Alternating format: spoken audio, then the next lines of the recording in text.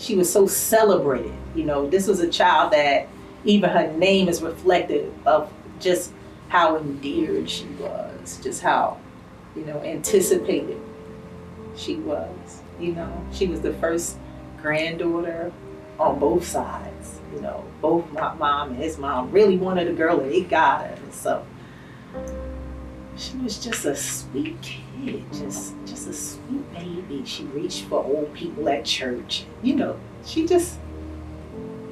was a big heart, and I just call her Kiki.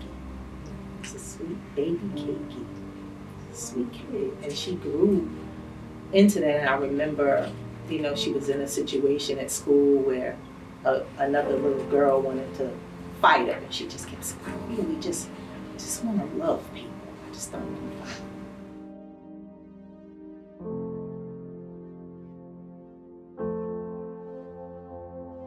When I was born, I started having something called Girls' Night. So I was maybe 9 months old when that started.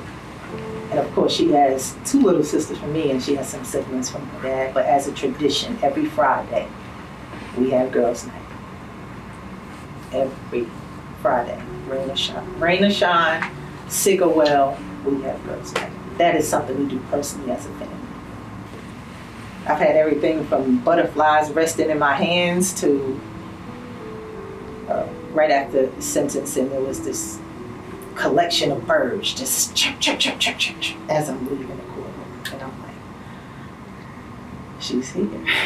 Or I can sometimes just smell her, you know. I remember when the guilty verdict came, and I held my breath. And as soon as I went, it was like she was standing right in front of me. So those are, to me, reminders that spirit doesn't die.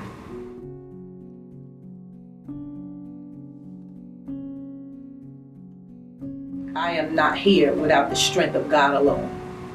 I am not sane without the strength of God alone.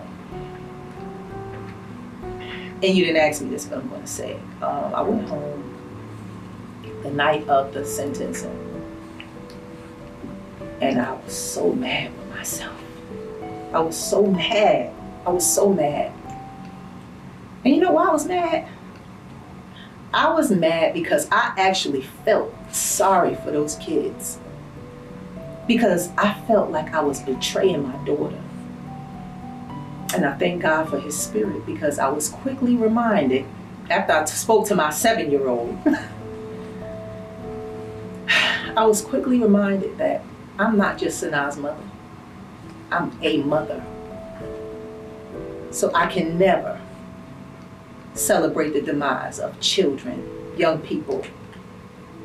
I feel like I survived one of the most horrific things that can happen to a person. And I want to go on a record with saying, in my case, my Sanaa was not just shot.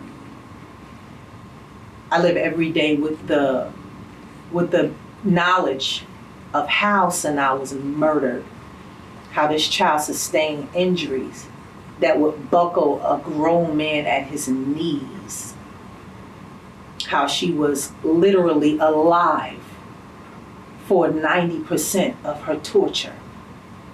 5 broken ribs, a broken femur, 2 fractured bones in the legs, an eye out of the socket, and a broken face. A 15-year-old girl had to run to her death with those injuries. I wouldn't wish it on the most evil person in the world. I don't even wish it on her killers. That level of pain and torture. Being driven 46 minutes knowing you're going to your death, and then to be treated like that by people you fed your food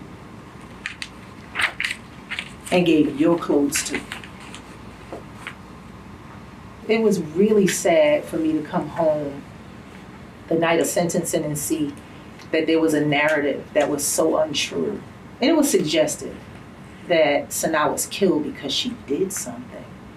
The whole, oh, it was a shooting at someone's house and this is why my daughter was murdered. That is so false. That is so false, and I really want to get rid of that narrative.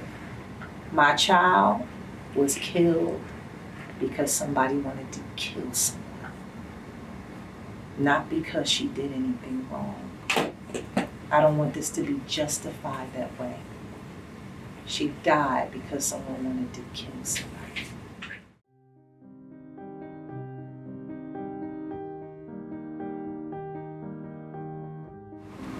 The car was not a hearse. Sanaa didn't get the benefit of the hearse. Sanaa's killer took the liberty in burying my child for me.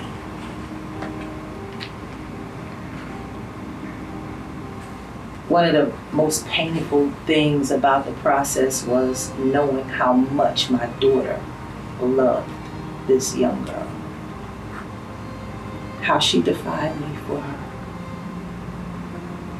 How we got into our mom and daughter spats and we fought about this girl. And her response was always, she doesn't have anybody, I'm gonna be her friend, Mom.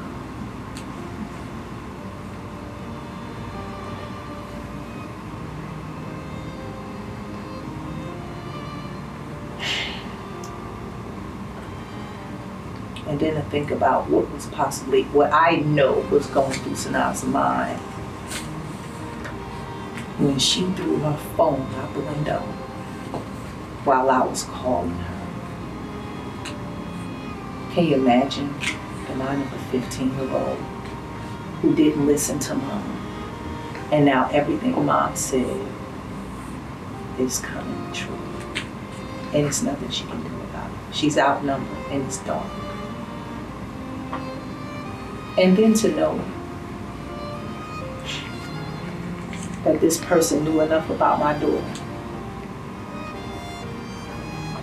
to put her worst fears on her. Sanaa's ultimate worst fear was to be kidnapped and left in the woods.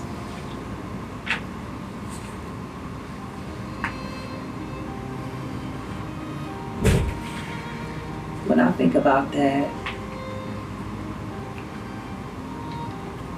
I'm grateful for justice.